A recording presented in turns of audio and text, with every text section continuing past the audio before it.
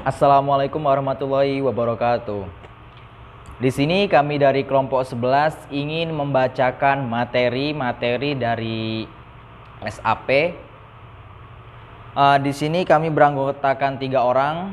Pertama saya sendiri, Muhammad Iwan Khairuddin, dan ada rekan saya Nelly Widyastuti dan Ermawati.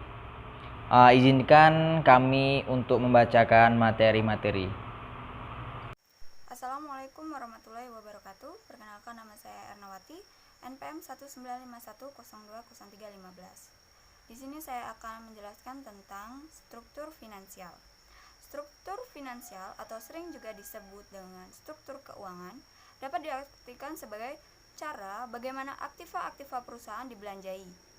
Dengan demikian, struktur finansial tercermin pada keseluruhan pasifa dalam neraca. Struktur finansial mencerminkan pula perimbangan baik dalam artian absolut maupun relatif antara keseluruhan modal asing baik jangka pendek maupun jangka panjang dengan modal sendiri.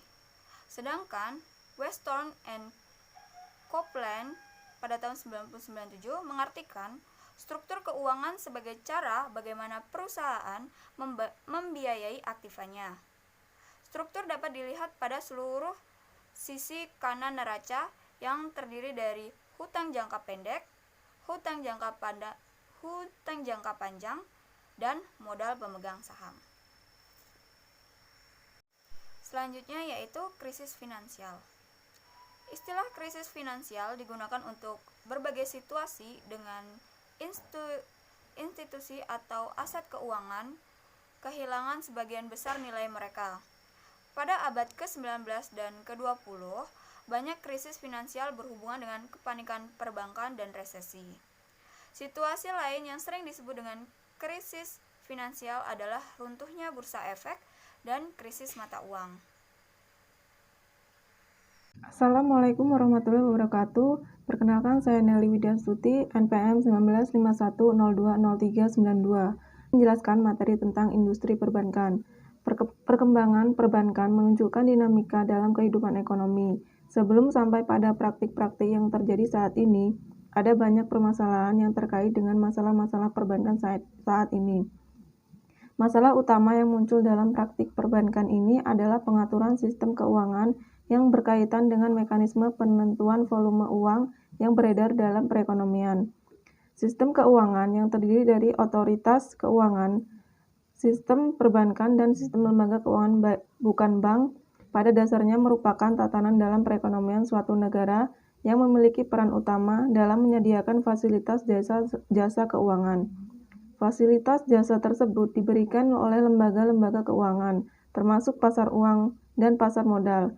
Perkembangan perbankan yang semakin dinamis dan kompleks membuat otoritas moneter berusaha membuat arsitektur perbankan Indonesia atau API. Dengan adanya API, diharapkan Bank Nasional mampu bersaing tidak hanya pada segmen pasar domestik tetapi juga pada pasar internasional. Munculnya kawasan industri dalam suatu wilayah dianggap membawa faktor positif dan negatif bagi kehidupan masyarakat di wilayah itu. Dampak positifnya antara lain, yang pertama, kehadiran industri dapat membuka lapangan kerja bagi penduduk setempat. Yang kedua, membuka lapangan kerja di bidang sektor informal. Dan yang ketiga, menambah pendapatan asli daerah bagi daerah tersebut. Adapun dampak negatifnya ialah yang pertama, menimbulkan kebisingan, polusi, dan limbah industri yang berbahaya bagi lingkungan. Dan yang kedua, persentuhan budaya yang bisa menimbulkan berbagai masalah sosial.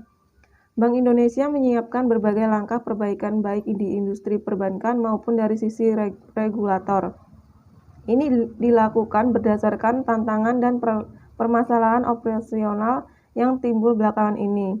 Yang pertama, penguatan pengendalian internal bank. Yang kedua, penguatan kebijakan sumber daya manusia atau SDM bank. Yang ketiga, penguatan pelaksanaan prinsip pengenalan nasabah atau Know Your Customer. Yang keempat, menyasar sisi regulator, yaitu melakukan penyempurnaan fokus pengawasan dan pemeriksaan. Dan yang kelima, BI akan melakukan penyempurnaan terhadap ketentuan mengenai alat pembayaran menggunakan kartu atau APMK. Definisi bank menurut Undang-Undang Nomor 10 Tahun 1998 adalah badan usaha yang kegiatannya menghimpun dana dari masyarakat dalam bentuk simpanan dan menyalurkan kepada masyarakat dalam bentuk kredit guna meningkatkan taraf hidup masyarakat. Pengelompokan bank umum. Yang pertama ada aspek fungsi. Dibagi menjadi yang pertama, bank sentral adalah bank yang merupakan badan hukum milik negara yang tugas pokoknya membantu pemerintah, contohnya Bank Indonesia. Yang kedua ada bank umum, adalah bank yang sumber utama dananya berasal dari simpanan pihak ketiga serta pemberian kredit jangka pendek dalam penyaluran dana, contohnya BNI, BRI, dan lain-lain.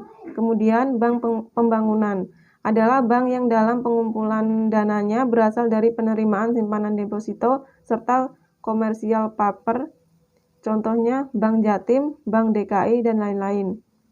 Selanjutnya ada bank desa, adalah kantor bank di desa yang tugas utamanya adalah melaksanakan fungsi pengkreditan dan penghimpunan dana dalam rangka program pemerintah memajukan pembangunan desa.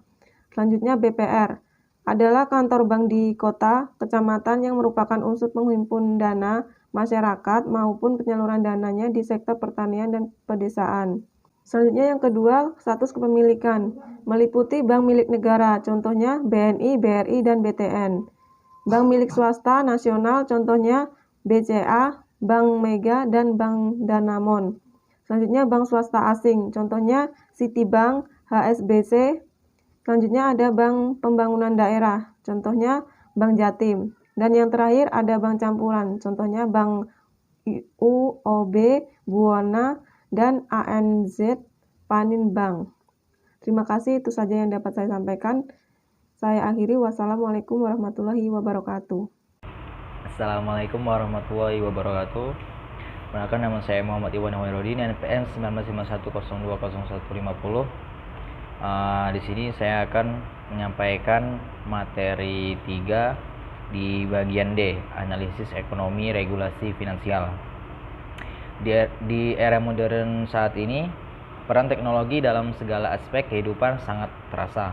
Dengan mengendalikan teknologi yang ada sangat memungkinkan menciptakan sebuah industri baru. Hal ini kemudian mampu turut serta dalam menggerakkan roda perekonomian baik dalam skala besar, menengah, maupun kecil. Industri vintage adalah sebuah produk baru dari kemajuan teknologi digital yang dikombinasikan dengan industri keuangan. Vintage telah menjadi sebuah terobosan dalam sektor perekonomian yang implementasinya telah menjadi tren di masyarakat, mulai dari jual beli saham, pembayaran, sistem pinjam uang, transfer dana, investasi retail, perencanaan keuangan, dan lain sebagainya. Tujuan dari penelitian ini untuk menganalisis atau menganalisa perkembangan dari vintage dalam kaitannya dengan regulasi dan keamanan serta jaringan dalam perspektif teknologi ICT di era digital. Baik, sekian. Assalamualaikum warahmatullahi wabarakatuh.